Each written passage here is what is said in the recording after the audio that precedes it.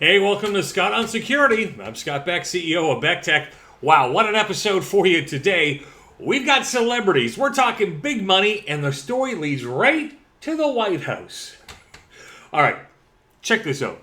So, a law firm in New York, and I paused there because I was going, should I name them or shouldn't I? I'm not going to, because lawyers tend to get a little antsy about it, and we don't need them to know about Scott on Security's calling them out.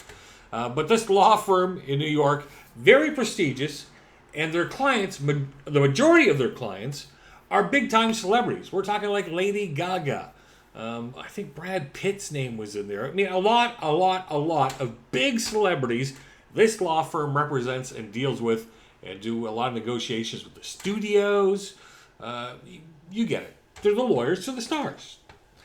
Well, they got hit. They were hacked. The bad guys got in and then ransomwared their files. So again, for those that don't know ransomware, I talk about it fairly often, but the bad guys get in and they lock all the files and then say, you pay us if you want to be able to get your files back. It's a ransom, just the same as if they kidnap someone. They just happen to be kidnapping the data. Except I may have explained in the past, once or twice, that the bad guys kind of up the game. They get into the network and then they start offloading the data. They take the data out of your office and they send it off-site to where they have it. So they can look at it. They can see what they have. So in this situation, they get in and they go, hey, look at what we got. There's stuff on here about Lady Gaga and all these other celebrities. This is worth a lot of money. So they made the initial request. It was like $21 million. Might have been 22, but we're talking over $20 million with an M is what they wanted to get paid in ransom to give the files back. Well, the law firm kind of went, we're not doing that. So the bad guys went, well, we'll extend this another week so that you can think on this, but our demand is now $44 million. Might have been 42, but again, it's well over $40 million. That's the point of the story. We went from $20 million to $40 million, double the ransom. That's what we want now. And oh, by the way, we've got copies of the files, so we know what's in here. And they then, well, bottom line was they called out the President of the United States. They said, hey, we know stuff about Trump. There's stuff in here about Trump. And if this gets out, he won't get elected. You know, a lot of those vague kind of threats. So a couple of interesting takeaways from a security point of view that I'm going to make. One is really organized criminals. They know the chances of getting caught are very low. Unless you end up ticking off somebody with deep pockets that's willing to invest and to trace you back. And why is this so difficult? Well, if I'm overseas in a third world country or Russia or Ukraine, wherever it may be, so I've let's use this case as an example. I've broken into New York, I've taken their files, and now I've told them to pay me some money. Who's responsible to investigate that? Well, New York City Police would have been the first person or first people who would have been called. Because of the size of the demands and the impact, sure, the FBI was involved. Once they started making threats to the White House, maybe the Secret Service got involved. But now they start tracing this. Now they're going to start working on this, and they know it's overseas. Now what do you do? Well, law enforcement is not nearly as organized as cyber criminals are. So depending where they're at in the world, it can be kind of challenging to bring them to justice. And, oh, by the way, who's going to be paying for all this? That's another piece that leads to the low amount of people that get caught. The people are caught because they either get really stupid and they start bragging where they shouldn't be bragging, or they're what we would call script kiddies or, wannabes. They're not very good at their job. They're getting into it. Anyways, they make stupid mistakes. They get caught. Or they tick off somebody with deep pockets, like a Microsoft or an Amazon or Apple. Some of these big companies that have big, gigantic footprints all around the world that can bring pressure to bear. Or maybe the White House. That may have not been the smartest call on these hackers. And that kind of gives us some insight that these may not be uber professional hackers. The ransom demand, was it valuable, like to $20 million? Maybe, right? There's a lot of private information that a lawyer would have in regards to their superstar clients.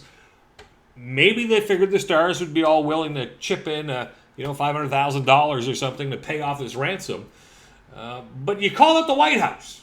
And the White House, they got the resources of a whole country. So that's not a smart play on behalf of the hackers. Whether they got stuff on the president or they don't is beside the point. You've made the threat, and if the president decides to get his butt in the air a little bit over this, I mean, look, he did an executive order about Twitter because Twitter was censoring his posts. There's some other stuff to that too, I'm sure, but bottom line is that's how it was perceived, is they started censoring his posts, so there's now an executive order. Imagine being threatened that they've got data on them. It's probably not good. All right, so I'm getting a little bit off track. Let's stay focused on the security. Scott, stay on the security. Let's not get all political. So we're back to the security side. So why do I think they're not super organized? Well, as I just pointed out, they threaten an entity that would have deep pockets to go after them. The other one is, I think that it was kind of an accident. What you may not know is now on the dark web, you know how you can buy Office 365 and you are renting software, or software as a service is what it's called. Well, guess what? On the bad guy side, on the dark web, you don't have to be a very talented hacker, but if you can get on the dark web and you understand how you get around and you're comfortable with that and you don't really have morals, I guess, you can go rent ransomware as a service. That's right. Somebody else has figured out how to create the software, and they'll rent you the software that you can then go attack. So maybe you're not a very talented hacker. Maybe you're just starting out. Maybe you've just seen this design and went, hey, everybody else is getting a slice of the pie. I'll just pay a certain amount of money and I'll use that guy's software. And that guy is staying anonymous. It's very attractive to software developers that are dealing with that kind of software, illegal activity type software. Very interesting for them. They can write it and they can get a portion of the proceeds and again minimize their risk a whole bunch, because even the people that are renting from them wouldn't know who they are. This stuff's all happening by Bitcoin. There's probably another whole segment that I could talk about on that. But again, back to our Mr. New York and our entertainment lawyer, I don't think the guys that got in there are uber smart. I don't think it's really organized crime. I would suspect, without any real extra information, think that this is probably a third world nation, located hackers that have rented some very sophisticated software that's easy to deploy. They're paying a cut. They happen to land on this whale of a client.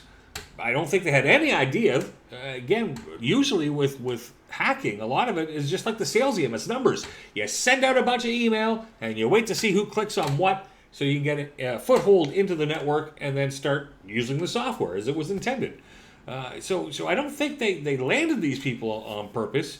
I don't think they were specifically targeted, or we wouldn't see what's been going on. You wouldn't have had a 20 million, a 40 million, and oh, by the way, I'm going to threaten the White House. That wouldn't have happened if it was an organized effort. People with a lot of experience that would have gotten in, they would have made a ransom demand, they would have tried to get the money out, and they wouldn't really try to create a lot of publicity unless the people weren't paying.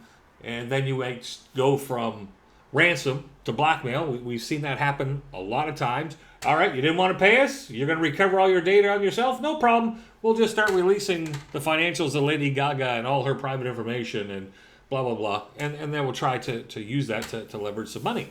So I think that's what's happening in this situation in New York.